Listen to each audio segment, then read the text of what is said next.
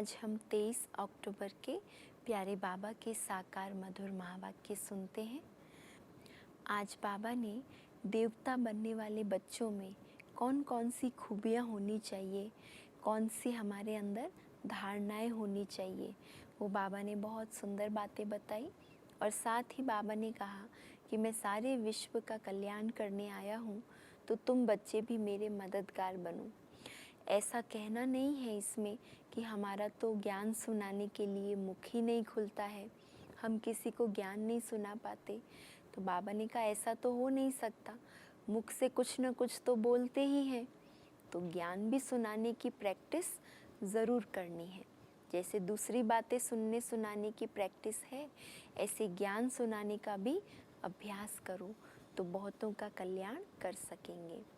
तो सुनते हैं, आज की मुरली का सार है, मीठे बच्चे श्रेष्ठ ते श्रेष्ठ बनने के लिए स्वयं भगवान तुम्हें श्रेष्ठ मत दे रहे हैं, जिससे तुम नरकवासी से स्वर्गवासी बन जाते हो। प्रश्न है, देवता बनने वाले बच्चों को विशेष किन बातों का ध्यान रखना है?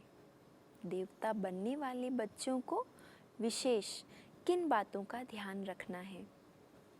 उत्तर, कभी कोई बात में रूठना नहीं। और आज बाबा ने कहा जो रूठते हैं ना, उनकी शक्ल जैसे मुर्दे के समान हो जाती है। तो बाबा ने कहा कभी कोई बात में रूठना नहीं, शक्ल मुर्दे जैसी नहीं करनी है। देवताओं की शक्ल सदा हर्षित मुख, किसी को भी दुख नहीं देना है। देवता बनना है तो मुख से सदैव फूल निकले। अगर कांटे या पत्थर निकलते हैं तो पत्थर के पत्थर ठहरे। गुण बहुत अच्छे धारण करने हैं, यहाँ ही सर्वगुण संपन्न बनना है। सजा खाएंगे तो फिर पद अच्छा नहीं मिलेगा। अगर ये सब धारणाएं नहीं करेंगे और सजा खानी पड़ी तो बाबा ने का पद फिर कम हो जाएगा। ओम शांति। नए विश्व व नई दुनिया के मालिक बनने वाले रूहानी बच्चों प्रति रूहानी बाप बैठ समझाते हैं। ये तो बच्चे समझते हैं कि बाप आए हैं बेहद का वर्षा देने। हम लायक नहीं थे, कहते हैं हे प्रभु मैं लायक नहीं हूँ, मुझे लायक बनाओ। बाप बच्चों को समझाते हैं तुम मनुष्य तो हो, ये देवताएं भी मनुष्य हैं, परंतु इनमें दैवी गुण हैं। इन्हों को सच्चा सच्चा मनुष्य कहेंगे। मनुष्यों में आसुरी गुण होते हैं तो चलन जानवरों मिसल हो जाती है। दैवी गुण नहीं है तो उसको आसुरी गुण कहा जाता है। अब फिर बाप आकर तुमको श्रेष्ठ देवता बनाते हैं। सच खंड में रहने वाले सच्चे सच्चे मनुष्य ये लक्ष्मी नारायण हैं। इन्हों को फिर देवता कहा जाता है। इन्हों में दैवी गुण हैं।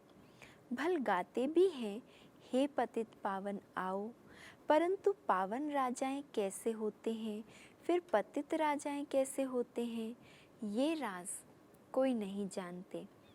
पावन कैसे राजाएं थे और फिर कैसे पतित हुए, ये कोई राज नहीं जानते। वो है भक्ति मार्ग, ज्ञान को तो और कोई जानता नहीं। तुम बच्चों को बाप समझाते हैं और ऐसा बनाते हैं। कर्म तो ये देवताएं भी सतयुग में करते हैं, परंतु पतित कर्म नहीं करते हैं। कर्म तो वहाँ भी होंगे, लेकिन यहाँ हर कर्म पतित बनता जाता है, पाप कर्म बन जाता है। और सतयुग में कोई भी पाप कर्म या पतित कर्म नहीं होता। उनमें दैवी गुण है। छी छी काम न करने वाले ही स्वर्गवासी होते हैं। नरकवासी से माया छी छी काम कराती है। अब भगवान बैठ श्रेष्ठ काम कराते हैं और श्रेष्ठ मत देते हैं कि ऐसे छी छी काम नहीं करो। श्रेष्ठ ते श्रेष्ठ बनने के लिए श्रेष्ठ ते श्रेष्ठ मत देते हैं। देवताएं श्रेष्ठ हैं ना, रहते भी हैं नई दुनिया स्वर्ग में। ये भी तुम्हारे में नंबरवार पुरुषार्थ अनुसार जानते हैं, इसलिए माला भी बनती है 8 की व 108 की, करके 16,108 की भी कहें, वह भी क्या हुआ? इतने करोड़ मनुष्य हैं, इनमें 16,000 निकले तो क्या हुआ? 0.25% भी नहीं है। बाप बच्चों को कितना ऊंच बनाते हैं। रोज बच्चों को समझाते हैं कि कोई भी विकर्म नहीं करो। तुमको ऐसा बाप मिला है तो बहुत खुशी होनी चाहिए। तुम समझते हो कि हमको बेहद के बाप ने एडॉप्ट किया है, हम उनके बने हैं।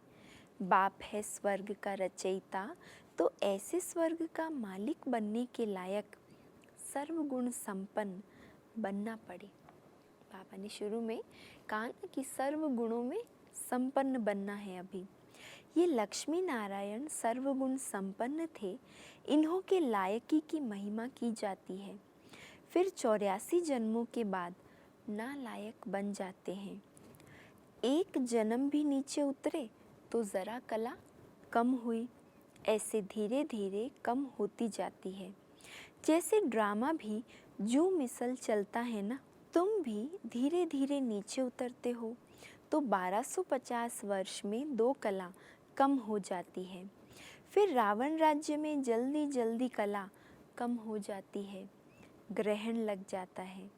जैसे सूर्य चांद को भी ग्रहण लगता है ना, ऐसे नहीं कि चंद्रमा सितारों को ग्रहण नहीं लगता है, सबको पूरा ग्रहण लगा हुआ है। अब बाप कहते हैं याद से ही ग्रहण उतरेगा, कोई भी पाप नहीं करो। पहला नंबर पाप है देह अभिमान में आना, ये कड़ा पाप है। बच्चों को इस एक जन्म के लिए ही शिक्षा मिलती है, क्योंकि अभी दुनिया को चेंज होना है, फिर ऐसी शिक्षा कभी मिलती नहीं। बैरिस्टरी आदि की शिक्षा तो तुम जन्म जन्मांतर लेते आए हो, वो कोई नई बात थोड़ी ना है। तो ये जो पढ़ाई बाबा पढ़ा रहे हैं, अभी जो शिक्षाएं दे रहे हैं, ये कल्प में सिर्फ एक ही बार मिलती है। स्कूल आदि तो सदा ही है, ये ज्ञान तो एक बार मिला बस। ज्ञान सागर बाप एक ही बार आते हैं, वह अपना और अपनी रचना के आदि मध्य अंत की सारी नॉलेज देते हैं। बाप कितना सहज समझाते हैं, तुम आत्माएं पार्टधारी हो। आत्माएं अपने घर से आकर यहाँ पार्ट बजाती है, उनको मुक्ति धाम कहा जाता है। स्वर्ग है जीवन मुक्ति, यहाँ तो है जीवन बंद। ये अक्षर भी यथार्थ रीति याद करने हैं। मोक्ष कभी होता नहीं। मनुष्य कहते हैं मोक्ष मिल जाए, अर्थात आवागमन से निकल जाए, परंतु पार्ट से तो निकल नहीं सकते। भगवान को भी एक बार पार्ट बजाने आना पड़ता है, तो आत्माएं कैसे निकल सकती है? ये अनादि बना बनाया खेल है। वर्ल्ड की हिस्ट्री ज्योग्राफी ज़रूर हूबहू रिपीट होती है। सतयुग में वही देवता आएंगे, फिर पीछे इस्लामी बौद्धी आदि सब आएंगे। ये ह्यूमन जाड़ बन जाता है। इनका बीज ऊपर में है, बाप है मनुष्य सृष्टि का बीज रूप। मनुष्य सृष्टि तो है ही, परंतु सतयुग में बहुत छोटी होती है, फिर धीरे धीरे बहुत वृद्धि होती जाती है। अच्छा, फिर छोटी कैसे होगी? तो उसके लिए बाबा ने जो युक्ति बताई है पतित से पावन बनने की, तो पावन जो भी कोटों में कोई आत्माएं हैं वो पावन बनेगी और फिर स्वर्ग में अवतरित होगी। बाप आकर पतित से पावन बनाते हैं, तो कितने थोड़े पावन बनते हैं, कोटों में कोई निकलते हैं। आधा कल्प बहुत थोड़े होते हैं, आधा कल्प में कितनी वृद्धि होती है? तो सबसे जास्ती संप्रदाय उन देवताओं की होनी चाहिए, क्योंकि पहले पहले यह आते हैं। परंतु क्या होता है, सबसे जास्ती देवता संप्रदाय तो छोड़ो, अभी तो किसी को देवी देवता धर्म का ही पता नहीं, इसलिए नाम बदलकर हिंदू रख दिया है। तो बाबा कहते हिंदू धर्म कहते कहते अपने असली धर्म को भूल चुके हैं। तो बाबा ने कहा सबसे जास्ती संप्रदाय तो देवताओं की होनी चाहिए, क्योंकि पहले पहले ये आते हैं परंतु और धर्मों में चले जाते हैं, क्योंकि बाप को ही भूल गए हैं। यह है एकज भूल का खेल, भूलने से कंगाल हो जाते हैं, भूलते भूलते एकदम भूल जाते हैं। भक्ति भी पहले एक की करते हैं, क्योंकि सर्व की सद्गति करने वाला एक है, फिर दूसरे किसी की भक्ति क्यों करनी चाहिए। इन लक्ष्मी नारायण को भी बनाने वाला तो शिव है ना, कृष्ण बनाने वाला कैसे होगा, ये तो हो नहीं सकता। राजयोग सिखलाने वाला कृष्ण कैसे होगा, वह तो है सतयुग का प्रिंस। कितनी भूल कर दी है, बुद्धि में बैठता नहीं है। अब बाप कहते हैं मुझे याद करो और दैवी गुण धारण करो। कोई भी प्रॉपर्टी का झगड़ा आदि है तो उसको खलास कर दो, क्योंकि उन बातों में कभी अंत नहीं होता। ये झगड़े प्रॉपर्टी के पीछे केस लड़ते रहते हैं, वकीलों के पीछे बहुत उसका विस्तार हो जाता है।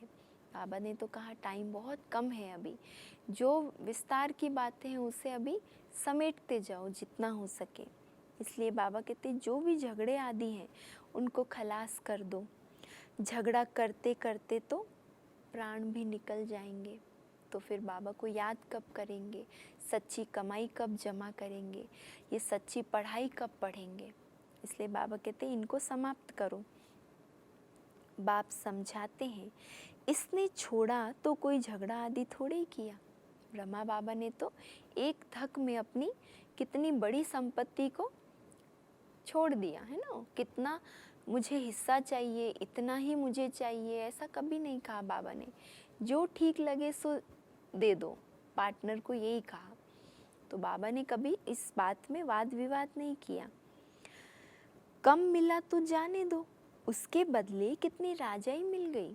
बाबा को ये रियलाइज़ हो गया ना कि वो पैसा तो कम मिला तो क्या फ़र्क पड़ेगा, लेकिन ये राजाई, ये जो कमाई है ये पूरी लेनी है। बाबा बताते हैं मुझे साक्षात्कार हुआ विनाश और राजाई का, तो कितनी खुशी हुई। हमको विश्व की बादशाही मिलनी है तो ये सब क्या है, ऐसे थोड़े ही कोई भूख मरेंगे।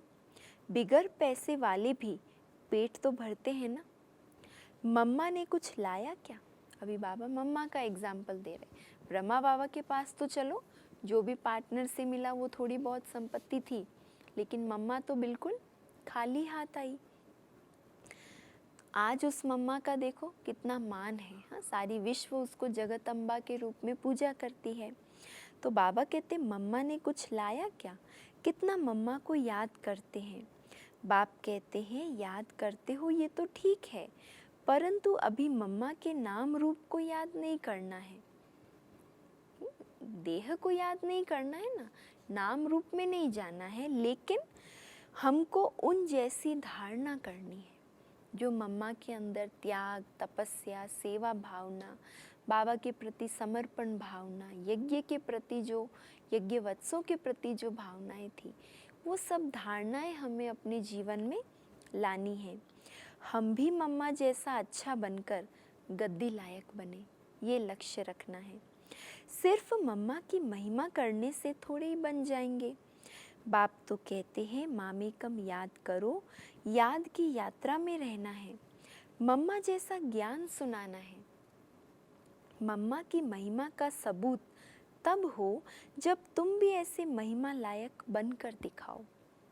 मम्मा को याद करना माना मम्मा जैसे गुण शक्तियाँ अपने अंदर धारण करना।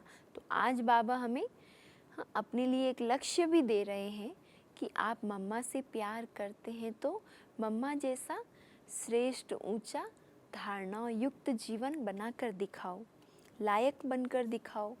सिर्फ मम्मा मम्मा कहने से पेट नहीं भरेगा, और ही पेट पीठ से लग जाएगा। शिव बाबा को याद करने से पेट भरेगा, इस दादा को भी याद करने से पेट नहीं भरेगा।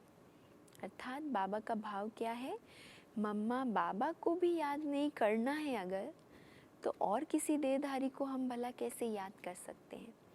ब्रह्मा बाबा मम्मा जो बाप समान आत्माएं हैं, बाबा तो कहते हैं उनको भी याद नहीं करो, उनके जैसे धारणाओं को अपनाओ। याद करना है एक को, यही शर्त, यही कंडीशन है बाबा की कि याद करना है सिर्फ एक को। बलिहारी एक की है, युक्तियाँ रचनी चाहिए सर्विस की, सदैव मुख से फूल निकले। अगर कांटे पत्थर निकलते हैं तो पत्थर के पत्थर ठहरे। गुण बहुत अच्छे धारण करने हैं, तुमको यहाँ सर्वगुण संपन्न बनना है। सजा खाएंगे तो फिर पद अच्छा नहीं मिलेगा। यहाँ बच्चे आते हैं बाप से डायरेक्ट सुनने, यहाँ ताज़ा ताज़ा नशा बाबा चढ़ाते हैं। सेंटर पर नशा चढ़ता है, फिर घर गए संबंधी आदि देखे तो खलास। यहाँ तुम समझते हम बाबा के परिवार में बैठे हैं, वहाँ आसुरी परिवार होता है, कितने झगड़े आदि रहते हैं। वहाँ जाने से ही कीचड़ पट्टी में जाकर पड़ते हैं। यहाँ तो तुमको बाप भूलना नहीं चाहिए। दुनिया में सच्ची शांति किसको भी मिल न सके। पवित्रता, सुख, शांति, संपत्ति सिवाय बाप के कोई दे नहीं सकता। ऐसे नहीं कि बाबा आशीर्वाद करते हैं, आयुष्मान भव, पुत्रवान भव। नहीं, आशीर्वाद से कुछ भी नहीं मिलता, ये मनुष्यों की भूल है। सन्यासी आदि भी आशीर्वाद नहीं कर सकते, ये तो ड्रामा अनुसार जो होना है उस समय पर हो जाता है। ऐसा नहीं कि किसी गुरु ने हाथ रख दिया सिर पर और उनके कारण हो गया। बाबा ने कहा ऐसा नहीं है, आज आशीर्वाद देते कल खुद ही मर जाते। पोप भी देखो कितने होकर गए हैं। गुरु लोगों की गद्दी चलती है, छोटेपन में भी गुरु मर जाते हैं, फिर दूसरा कर लेते या छोटे चेले को गुरु बना देते हैं। गुरु लोग दूसरों को, आप कहते हैं आयुष्मान भव का आशीर्वाद देते हैं और देखो तो कल खुद ही चले जाएंगे। तो बाबा कहते ये तो आशीर्वाद की यहाँ कोई बात नहीं, ये तो बाप दादा है देने वाला, ये लेकर क्या करेंगे। बाप तो निराकार है ना, लेंगे साकार, ये भी समझने की बात है। ऐसा कभी नहीं कहना चाहिए कि हम शिव बाबा को देते हैं, नहीं, हमने शिव बाबा से पदम लिया, दिया नहीं। अगर मैंने एक दिया माना अपने हिस्से में पदम लिया, तो क्या कहना चाहिए, एक दिया या पदम लिया। पदम लिया हमने, दिया नहीं। बाबा तो तुमको अनगिनत देते हैं, शिव बाबा तो दाता है, तुम उनको देंगे कैसे। मैंने दिया ये समझने से फिर देह अभिमान आ जाता है। हम शिव बाबा से ले रहे हैं। बाबा के पास इतने ढेर बच्चे आते हैं, आकर रहते हैं, तो प्रबंध चाहिए ना। गोया तुम देते हो अपने लिए, शिव बाबा को रहने के लिए मकान थोड़ी चाहिए, उनका मकान तो ब्रह्मा बाबा का रथ है। हमारे लिए ही बाबा सब प्रबंध करते हैं, उनको अपना थोड़ी ही कुछ करना है। राजधानी भी तुमको देते हैं, इसलिए करते भी तुम हो, इसलिए सीधा हिसाब है। हम ही करेंगे तो हम ही पाएंगे। तुमको अपने से भी ऊंच बनाता हूँ, ऐसे बाप को तुम भूल जाते हो। आधा कल्प पूज्य, आधा कल्प पुजारी। पूज्य बनने से तुम सुख धाम के मालिक बनते हो, फिर पुजारी बनने से दुख धाम के मालिक बन जाते हो। ये भी किसको पता नहीं कि बाप कब आकर स्वर्ग की स्थापना करते हैं। इन बातों को तुम संगम युगी ब्राह्मण ही जानते हो। बाबा इतना अच्छी रीति समझाते हैं, फिर भी बुद्धि में बैठता नहीं। जैसे बाबा समझाते हैं ऐसे युक्ति से समझाना चाहिए। पुरुषार्थ कर ऐसा श्रेष्ठ बनना है। बाप बच्चों को समझाते हैं, बच्चों में बहुत अच्छे दैवी गुण होने चाहिए। कोई बात से रूठना नहीं, कोई बात में रूठना नहीं। शक्ल मुर्दे जैसी नहीं करनी है। शक्ल कैसी रखनी है, सदा देवताओं समान हर्षित मुख, सदा खिली हुई शक्ल। बाप कहते हैं ऐसे कोई काम अभी नहीं करो। चंडी देवी का भी मेला लगता है, चंडिका उनको कहते हैं जो बाप की मत पर नहीं चलती, जो दुख देती है। ऐसी चंडिकाओं का भी मेला लगता है। मनुष्य अज्ञानी है ना, अर्थ थोड़े ही समझते हैं। कोई में ताकत नहीं, वो तो जैसे खोखले हैं। तुम बाबा को अच्छी रीति याद करते हो तो बाप द्वारा तुम्हें ताकत मिलती है। परंतु यहाँ रहते भी बहुतों की बुद्धि बाहर में भटकती रहती है। बाबा हमें ताकत देने आया है, योग सिखलाकर आत्मा में बल भरने आया है, लेकिन कई बार सामने बैठे भी, सेंटर पर भी, मुरली सुनते भी या बाबा को याद करते भी बुद्धि भटकती रहती है। इसलिए बाबा कहते हैं यहाँ चित्रों के सामने बैठ जाओ तो तुम्हारी बुद्धि इसमें बिजी रहेगी। गोले पर, सीढ़ी पर किसको समझाओ तो बोलो सतयुग में बहुत थोड़े मनुष्य होते हैं, अभी तो ढेर मनुष्य हैं। बाप कहते हैं मैं ब्रह्मा के द्वारा नई दुनिया की स्थापना कराता हूँ, पुरानी दुनिया का विनाश कराता हूँ। ऐसे ऐसे बैठ प्रैक्टिस करनी चाहिए। बाबा कहते ऐसे चित्रों के आगे बैठ जाओ तो बुद्धि आपे ही चलने लगेगी। अपना मुख आपे ही खोल सकते हैं। अंदर में जो चलता है वह बाहर में भी निकलना चाहिए। गूंगे तो नहीं हो ना। जो बुद्धि में चल रहा है, मन में आ रहा है, वो तो ज़रूर मुख से बाहर निकाल सकते हैं ना। बाबा कहते गूंगे तो नहीं हो। घर में रड़ियाँ मारने के लिए मुख खुलता है, ज्ञान सुनाने के लिए नहीं खुलता। बाबा कैसे बता रहे, घर में ऐसी बातें, व्यर्थ बातें, परचिंतन की बातें कर सकते हैं, और ज्ञान सुनाने के लिए बाबा कहते मुख नहीं खुलता। चित्र तो सबको मिल सकते हैं, हिम्मत रखनी चाहिए। अपने घर का कल्याण करें, अपना कमरा चित्रों से सजा दो तो तुम बिजी रहेंगे। ये जैसे तुम्हारी लाइब्रेरी हो जाएगी, स्पिरिचुअल लाइब्रेरी बन जाएगी। दूसरों का कल्याण करने के लिए चित्र आदि लगा देना चाहिए। जो आए उनको समझाओ। तुम बहुत सर्विस कर सकते हो, है ना। चित्र लगाएंगे तो ऑटोमेटिक जो भी घर में आएगा उनकी नज़र पड़ेगी, प्रश्न पूछेंगे तो उनको ज्ञान सुनाने की युक्ति मिल जाएगी। तुम बहुत सर्विस कर सकते हो, थोड़ा भी सुना तो प्रजा बन जाएंगे। बाबा इतनी उन्नति की युक्तियाँ बतलाते हैं। बाप को याद करो तो तुम्हारे विकर्म विनाश होंगे। बाकी गंगा में जाकर एकदम डूब जाओ तो भी विकर्म विनाश नहीं होंगे। बाबा कहते गंगा में जाकर पूरा डुबकी भी लगा लो, अंदर ही डूब जाओ तो भी विकर्म तो विनाश पानी के स्नान से होने नहीं वाले। विकर्म विनाश किससे होंगे? सिर्फ और सिर्फ एक बाबा की याद से। ये सब है अंधश्रद्धा। हरिद्वार में तो सारे शहर का गंद आकर गंगा में पड़ता है। सागर में कितना गंद पड़ता है, नदियों में भी किचड़ा पड़ता रहता है। उससे फिर पावन कैसे बन सकते? माया ने सबको बिल्कुल बेसमझ बना दिया है। क्या करना है, क्या नहीं करना है, क्या कर रहे हैं, वो भी सही है या गलत है, वो ये कुछ भी समझ अभी मनुष्यों में रही नहीं है। बाबा कहते बिल्कुल माया ने बेसमझ बना दिया है। बाप बच्चों को ही कहते हैं कि मुझे याद करो।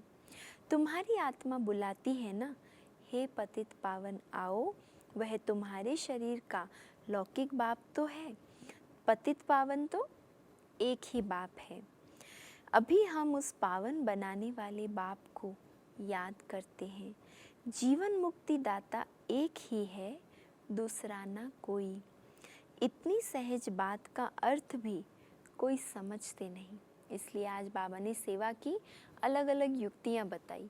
इसके 2-3 दिन पहले भी बाबा ने कहा कि ज्ञान की दूसरी बातें नहीं सुनाओ, पहले उनको ये निश्चय कराओ कि शिव बाबा ही हमारा माता पिता है। तो पहले बाप में निश्चय होगा तो फिर सारी बातों में निश्चय आएगा। अच्छा, मीठे मीठे सिके लधे बच्चों प्रति माता पिता बाप दादा का याद प्यार और गुड मॉर्निंग। रूहानी बाप की रूहानी बच्चों को नमस्ते और हम रूहानी बच्चों की रूहानी माता पिता बाप दादा को याद प्यार, गुड मॉर्निंग और नमस्ते। धारणा के लिए मुख्य सार। पहली पॉइंट, मुख से ज्ञान रतन निकालने की प्रैक्टिस करनी है। कभी मुख से कांटे व पत्थर नहीं निकालने हैं। ये भी देखिए एक धारणा की पॉइंट है कि अगर हमारे मुख से किसी को दुख देने वाले या कड़वे बोल बोलते हैं तो वो मुख फिर ज्ञान नहीं सुना पाता, क्योंकि धारणा नहीं है तो मुख से ज्ञान कैसे निकलेगा। इसलिए ये दोनों बातें अटेंशन में रखनी है। मुख से कभी भी कांटे व पत्थर नहीं निकालने हैं। अपना और घर का कल्याण करने के लिए घर में चित्र सजा देने हैं। उस पर विचार सागर मंथन कर दूसरों को समझाना है, बिजी रहना है। दूसरा, बाप से आशीर्वाद मांगने के बजाय उनकी श्रेष्ठ मत पर चलना है। बलिहारी एक शिव बाबा की है, इसलिए उन्हें ही याद करना है। ये अभिमान ना आए कि हमने बाबा को इतना दिया, क्योंकि बाबा ने आज सब क्लियर बात बताई है कि शिव बाबा को आपका कुछ भी नहीं चाहिए। आप जो भी करते हो उससे आपके लिए ही बाबा सब कुछ प्रबंध करते हैं, है ना। और बाबा को एक देना माना पदम पाना, तो लेना नहीं हुआ ना, ये तो उल्टा, ये तो देना नहीं हुआ ना बाबा को, ये तो उल्टा बाबा से लेना हो गया। एक के बदले पदम पाना।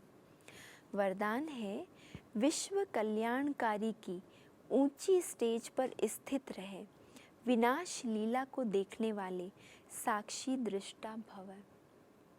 विश्व कल्याणकारी की ऊंची स्टेज पर स्थित रहे, विनाश लीला को देखने वाले साक्षी दृष्टा भव। अंतिम विनाश लीला को देखने के लिए विश्व कल्याणकारी की ऊंची स्टेज चाहिए, जिस स्टेज पर स्थित होने से देह के सर्व आकर्षण, अर्थात कौन कौन से आकर्षण है देह के, संबंध, पदार्थ, संस्कार, प्रकृति के हलचल की आकर्षण समाप्त हो जाती है। जब ऐसी स्टेज हो तब साक्षी दृष्टा बन ऊपर की स्टेज पर स्थित हो, शांति की, शक्ति की किरणें सर्व आत्माओं के प्रति दे सकेंगे। तो ऐसे साक्षी दृष्टा की ऊंची स्टेज पर स्थित होने के लिए ये जो सब देह के आकर्षण हैं, इन सब से हमें परे जाना पड़ेगा। और उसके लिए कौन सी स्टेज चाहिए? विश्व कल्याणकारी की ऊंची स्टेज। स्लोगन है, ईश्वरीय शक्तियों से बलवान बनो तो माया का फोर्स समाप्त हो जाएगा। ईश्वरीय शक्तियों से बलवान बनो तो माया का फोर्स समाप्त हो जाएगा, है ना। तो शक्तियों से बलशाली बनो, महावीर बनो, तो ये माया के जो भी बातें हैं फोर्स से आती है भले, वो भी समाप्त हो जाएगी। अच्छा, ओम शांति।